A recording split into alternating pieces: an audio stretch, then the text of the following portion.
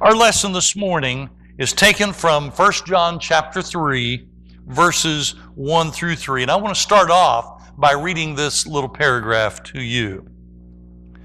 How great is the love the Father has lavished on us. See how great it is that we should be called children of God. And that is what we are. The reason the world does not know us is that it did not know Him. Dear friends, now we are children of God. And what we will be has not yet been made known. But we know that when He appears, we shall be like Him, for we shall see Him as He is. Everyone who has this hope in Him purifies himself just as He is pure. When our children are born, we really don't know at that point what they're going to look like 18 years later. Sometimes it's fun when our children are born, trying to guess what grandparent or parent they might look like, or aunt or uncle. But I think this is why we enjoy so much our congregational practice of the high school senior banquet, because we get to see pictures of our young people, graduates, little ones, and then when they're 18. And we're counting on, in the life of our congregation, that young people growing up in our midst, that it makes a difference. Growing up in the family of God where there is love, and in one's family where there is love. Because we know that growing up in an environment of love will make a big difference from growing up in an environment of hatred or neglect. When we're growing up, it may be hard for us to fathom that the actions of our parents were loving.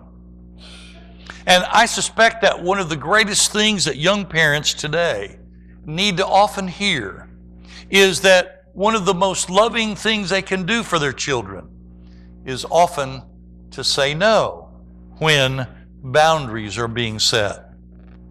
In almost a tone of being incredible and incredulous, John expresses the unbelievable in our reading this morning. He starts off by saying, see what kind of love the Father has lavished on us. He wants us to take a second look and really see what kind of love the Father has given to us. Rodney mentioned a moment ago, as we were preparing for the contribution, what's one of the proper responses to love? It's giving. We give because we love. Do you mean, John, that there are different kinds of love, or there are different degrees of love? Oh yes, he would say. There are different ways in which love is meaningfully expressed. John wants us to see that this Bible that we hold in our hand, or if you have it in digital form on your iPhone or your tablet, whatever form that you hold the Bible in, it's an expression of what kind of love the Father has for us. I saw a movie the other day where a college student flunked a course because he borrowed stanzas from his professor's book and plagiarized a love poem. God's love poem, His word of love, it's not plagiarized. He didn't have to beg, borrow, or steal His words from anybody. John, the apostle, is a writer now in his older age. His evening sun is setting low. He's lived nearly 8 decades, and he's followed Jesus now for half a century. His memories are myriad, yet they're fading. And in chapter 3, verse 1, it is as if one of his readers have asked John this question. John, what stands out most through all your years of being a faithful Christian? What stands out most about God? And John says in reply, it's simple. See what kind of love the Father has given us. How do fathers and parents show love to their children? Actions and deeds, they're both needed. One without the other is a truncated attempt at offering and expressing love. You see, God's gift of love is the basis of our identity. We are beloved. In Ephesians, Paul tells us that Jesus Christ is the beloved one of God. And it just is amazing for each of us to realize that we have the same status that Jesus does before God. Jesus is beloved. We are beloved. That's hard to fathom. George Matheson was a 19th century Scottish preacher. He was born with an eye defect that left him totally blind when he turned 18. He was engaged, and when he became totally blind, his fiancée left him, deciding she did not want to be married to a blind preacher. And so years later, at age 40, when he was attending his sister's wedding, actually it was that night after the wedding was over, something happened that caused him to write a song. People don't know, historians don't know if maybe it was being rejected those years earlier by his fiancée, because he did suffer a lot of mental anguish because of that. But all of a sudden, the words of a hymn came to him. And he sat down, and in 5 minutes, this is the story, in 5 minutes, he wrote the words to a song. And he didn't have to edit or correct it, and you may know some of the words. O love that will not let me go, I rest my weary soul in thee. I give thee back the life I owe, that in thine ocean depths its flow may richer, fuller be. And it's in the third verse of that song that Matheson's experience of God's love through suffering is expressed this way. O joy that seeks me through pain, I cannot close my heart to thee. I trace the rainbow through the rain, and feel the promise is not vain, that morn shall tearless be. And it is amazing and fascinating that in his blindness and his loneliness, he sought and found the comfort of an unchanging love of God. Each of us, I suspect, though it may not be as dramatic as Matheson's experience, we too have found in our own life of suffering and despair and loneliness and obstacles and challenges, the unchanging love of God. In emphatic fashion, 3 times in the biblical text that we read, John wants his readers to know beyond a shadow of a doubt that they are indeed the children of God. Listen again. He says this is that we should be called the children of God. And so we are. Beloved, we are God's children. I don't think there's any other place in the New Testament that in such a short passage affirms so strongly 3 times, we are the children of God. That's our status. Do you feel special this morning because you are a child of God? That is our identity. And we do not, I suspect, reflect on it enough to realize how precious we are in God's sight. I think we catch John's tone of how special it is, but I believe we need to catch it for ourselves. Not only has God's love given us our status and identity, but also it has a future dimension to it.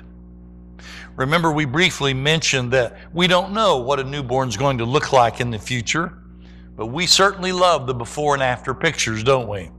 John is giving us here a before and after picture.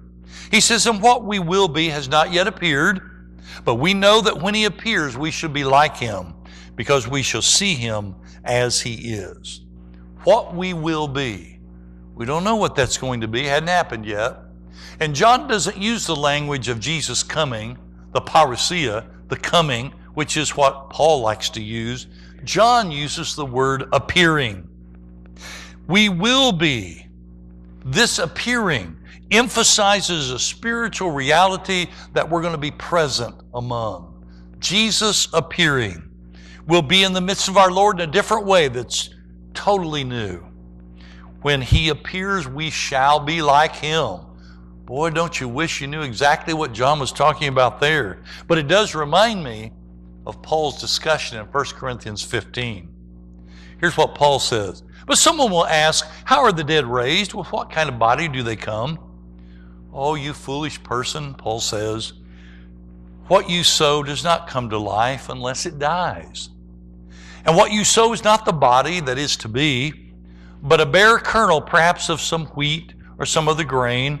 But God gives it a body as He has chosen, to each kind of seed its own body. For not all flesh is the same. There's one kind for humans, there's one kind for animals, another kind of flesh for birds, and another for fish. There are heavenly bodies and earthly bodies, but the glory of the heavenly is of one kind, the glory of the earthly is another. There is one glory of the sun, another glory of the moon, another of the stars. The star differs from star in glory. So it is with the resurrection of the dead. What is sown is perishable, but what is raised is imperishable.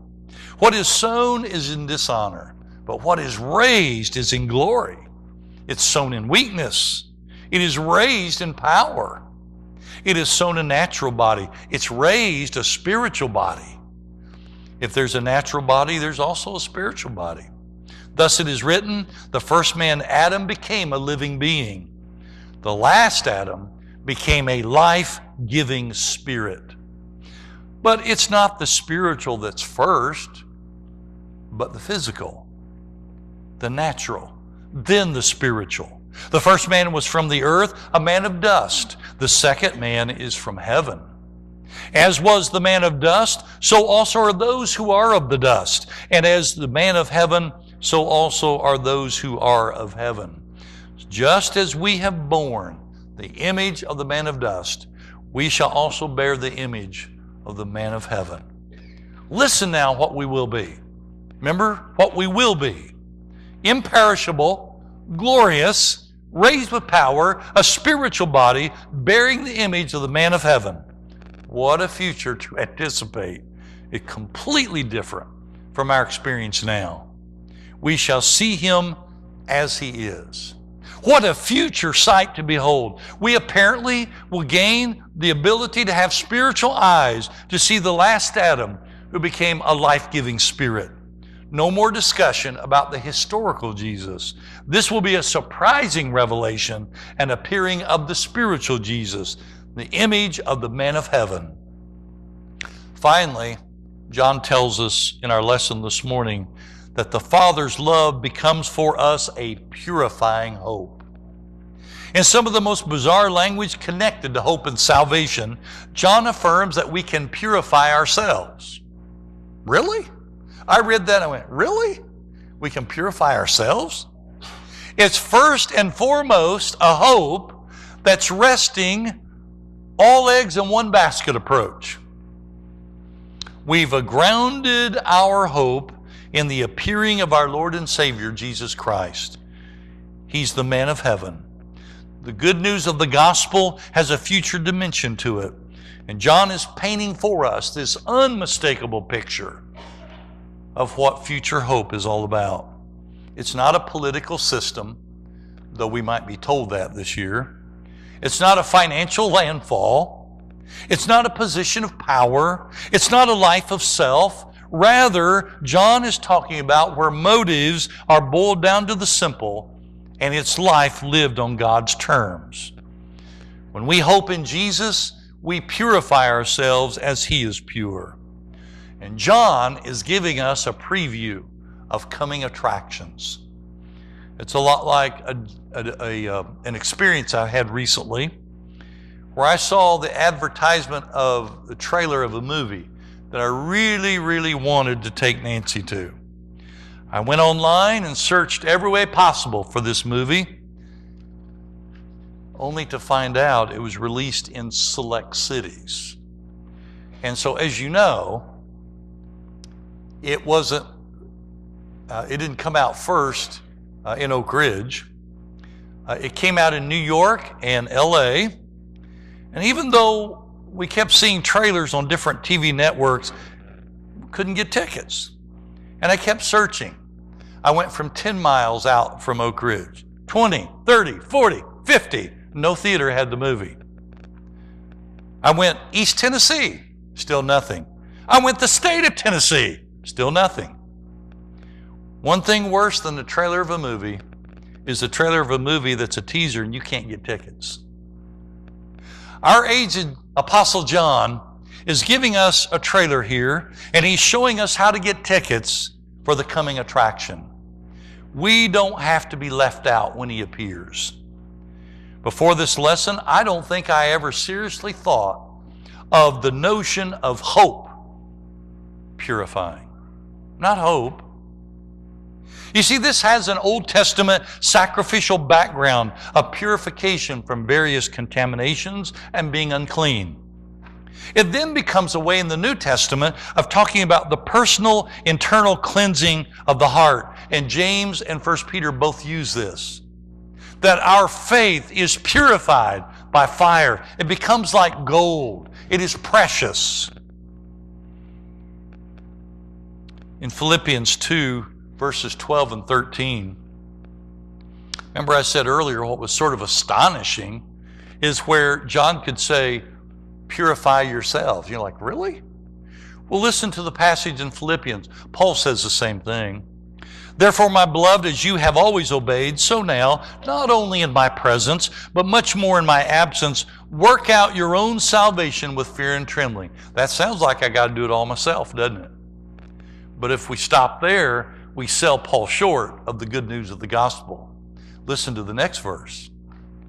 Work out your own salvation with fear and trembling, for it is God who works in you, both to will and to work for His good pleasure. God's involved in my hope, and I'm involved in my hope. And when the both of us are working together, that's a hope nobody else can give me. It's both working together with this purifying hope. Yep, this hope purifies because Jesus Himself is pure. This hope is so central to our standing before God and our experience of salvation that it claims to do what only the blood of Christ claims to do. This is the shocker. The blood of Christ purifies us. Guess what else does? Our hope. Hebrews 9:14, how much more will the blood of Christ, who through the eternal Spirit offered Himself without blemish to God, purify our conscience from dead works to serve the living God. We can't live without hope. A friend of mine called me this week, Melvin Johnson. Nancy knows Melvin, his wife Veronica. They live in Lansing, Michigan. We've known them for many years. And Melvin called me and said that his wife Veronica was just diagnosed with stage 4 liver cancer. The doctors have given her some hope. She's had surgery.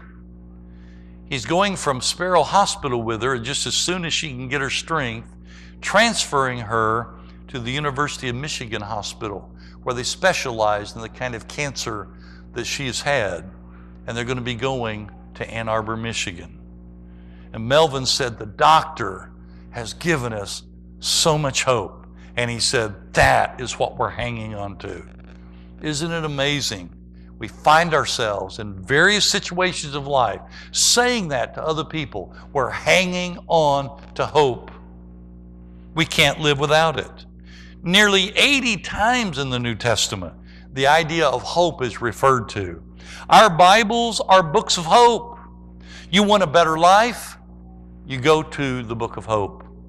You want a better way of looking at yourself? Go to the book of hope. You want to start over because you think you've blown it so bad with your life? Go to the book of hope.